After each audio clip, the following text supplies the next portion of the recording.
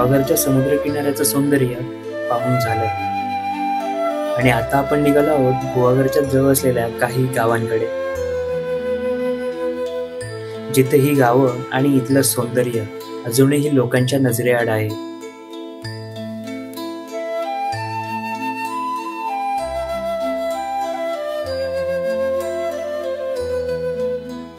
आणि त्याच सोबत तिथल्या गणेश चतुर्थीची थोडी झलकही तुम्हाला पाहायला भेटेल.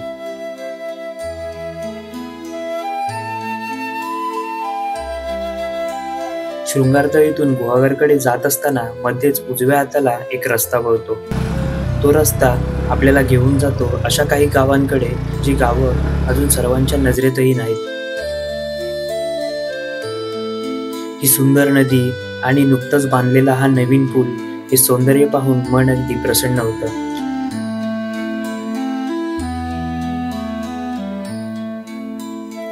गणेश चतुर्थी होऊन खूप काळ गेलेला आहे, तरी पण या व्हिडिओमधून तुम्हाला कोकण नक्कीच जिवंत फील करून देऊ.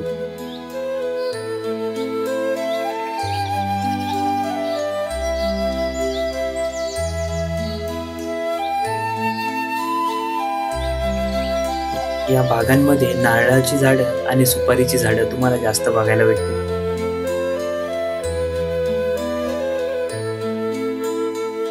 हे आहे पाटपनाळे गाव. इथेच आहे सुंदर असं मोठं धरण.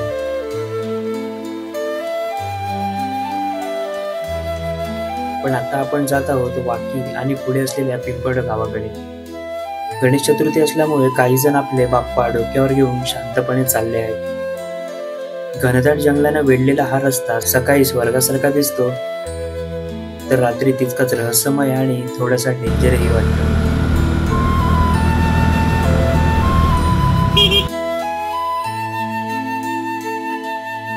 वाकी गावच्या सुरुवातीलाच आहेत 2 मंदिरे. एक हनुमंताचं मंदिर आणि दुसरे कुलदैवत म्हणजेच श्री वेळोबा क्षेत्रफळ देवस्थान.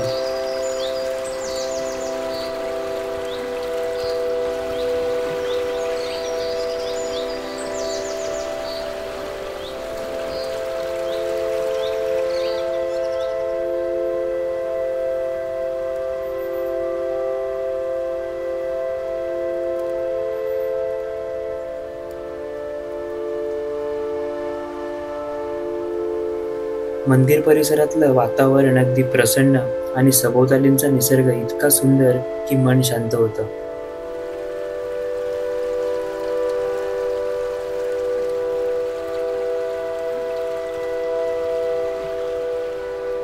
देवळातून खाली पाहिलं की समोर दिसते ती सुंदर नदी आणि तिच्या वाहण्याचा आवाज मन अगदी प्रसन्न करतो.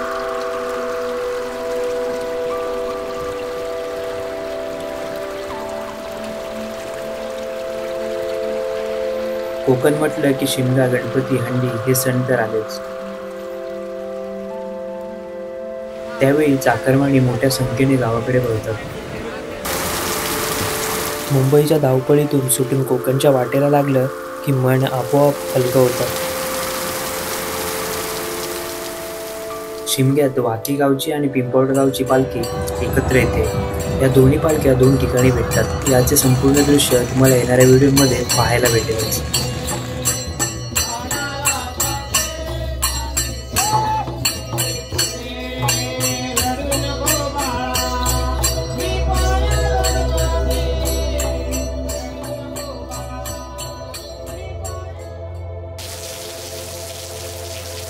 पावसाळा सुरू झाला की श्रावणातील सणांची लाईनच लागते आणि 1 दिवसाची हंडी सुद्धा इथले गावकरी मोठ्या जोशात साजरी करतात. या मंदिराच्या बाजूलाच आहे हनुमंताचं मंदिर.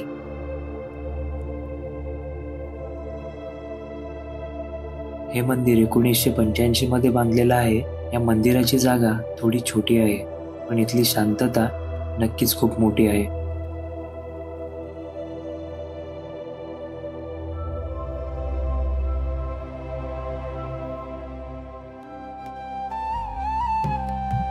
नदीपलीकडे आहे आपल्या लाडक्या बाप्पाचं मंदिर. चारही बाजूंनी निसर्गाने वेढलेलं हे श्री वरदविनायक मंदिर. इथे मागे गणेश जयंतीला मोठा सण साजरा केला जातो. तो पाहायला नक्की या.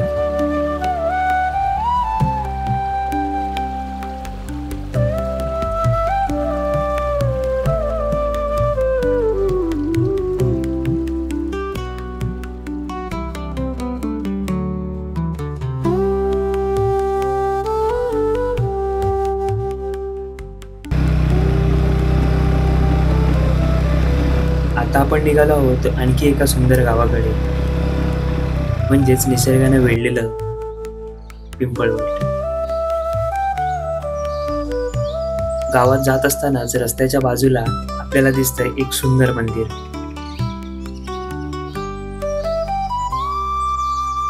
या मंदिराचं नाव आहे श्री देनोबा कालिका प्रसन्ना.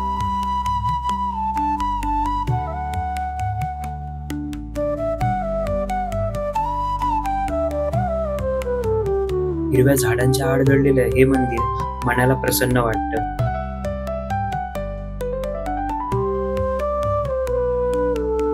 आसपास शेती, नद्या आणि शांतता.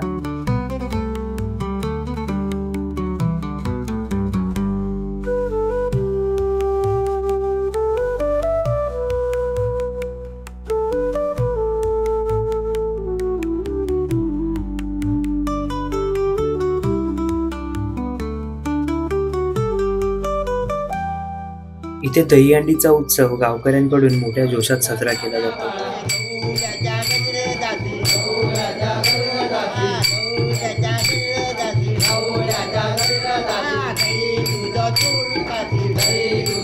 मंदिरात देवाची पूजा करून मंदिराची प्रदक्षिणा घेतल्यानंतर देवळाला हार घालून हंडी फोडण्याचा क्षण येतो.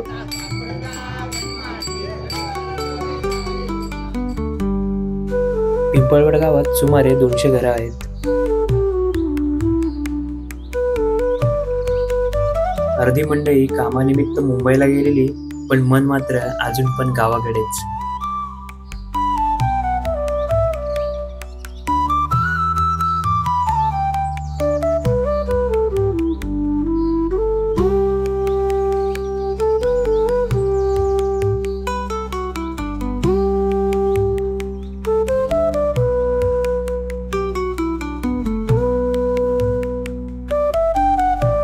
पूर्वी गुहागरपर्यंत पोहोचायला थोडी कसरत करावी लागायची, पण आता एक नवा रस्ता पिंपळवड गावातून थेट गुहागरला जातो.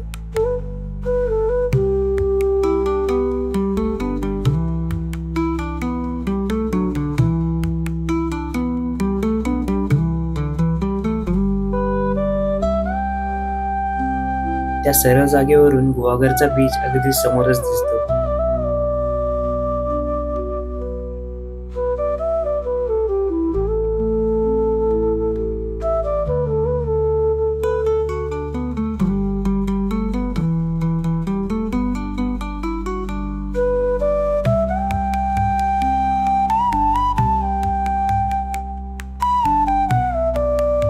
पण आपण गुहागर आधीच फिरून झालो आहोत, म्हणून आपण आता जाणार आहोत गावाकडे थोडं खाली.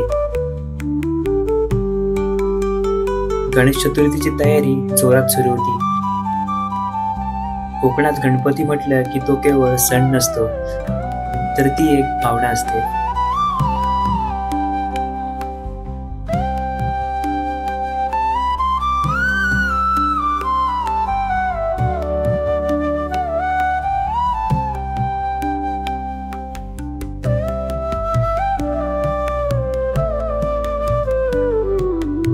वर्षभर वाट बघितल्यानंतर प्रत्येक जण आपल्या बाप्पाला प्रेमाने घरी आणतो. बाप्पासाठी सजावट करून पूजा करतो.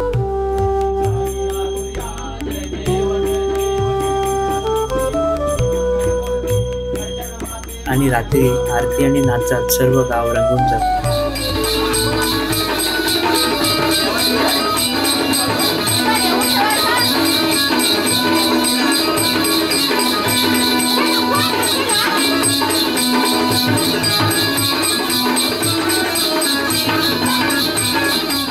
पण आपण थोडा वेळ काढून नदीकडे जाऊया.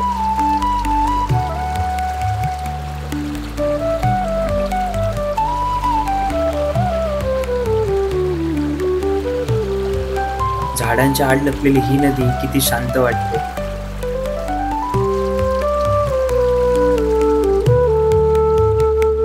ही नदी या गावासारखीच शांत आहे. गाव थोडं उंचावर असल्यामुळे नदीचा त्रास नाही, उलट ही नदीच गावाचं सौंदर्य वाढवते.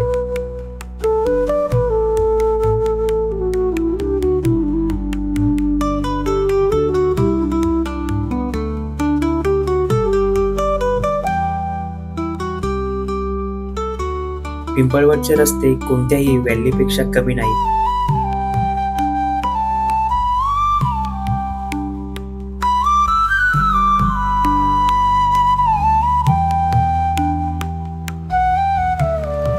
ही वाकडी तिकडी वाहनं आपल्याला घेऊन जातात एक सुंदर डोहाजवळ, जिथे नदीचं रूप अगदी लहान वॉटरफॉल सारखं दिसतं.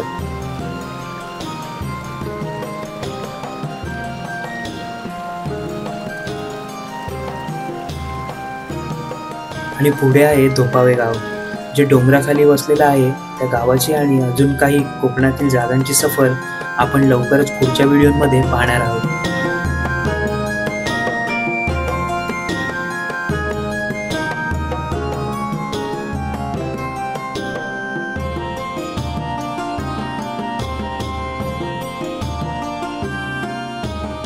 हळूहळू विसर्जनाची वेळ येते. गावकरी आणि चाकरमानी सज्ज होतात.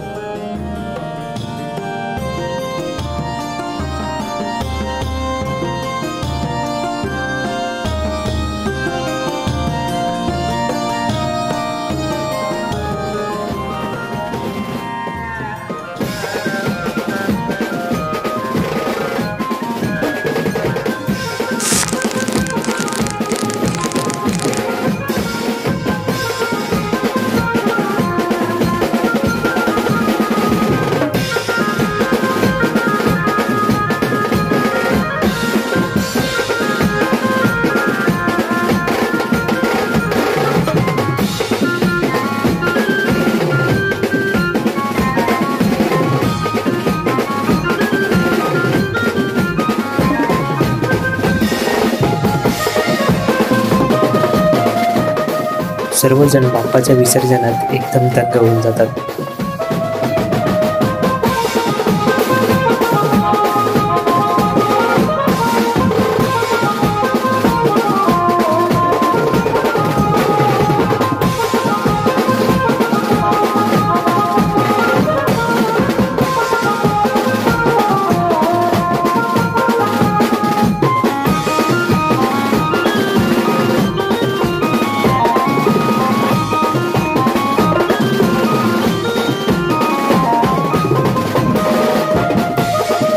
विसर्जनाची मिरवणूक निघते आणि गावचे रस्तेच भरतात.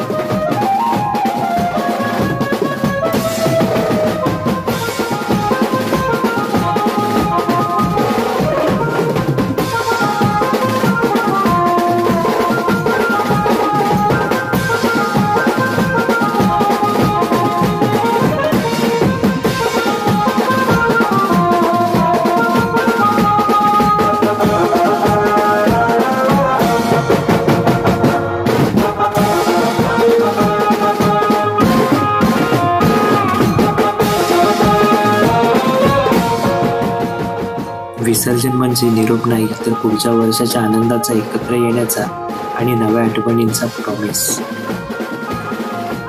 तोपर्यंत काळजी घ्या. आपल्या अँटोवर बाय सीट चॅनलला सबस्क्राईब करा आणि आवडल्यास व्हिडिओ नक्की शेअर करा.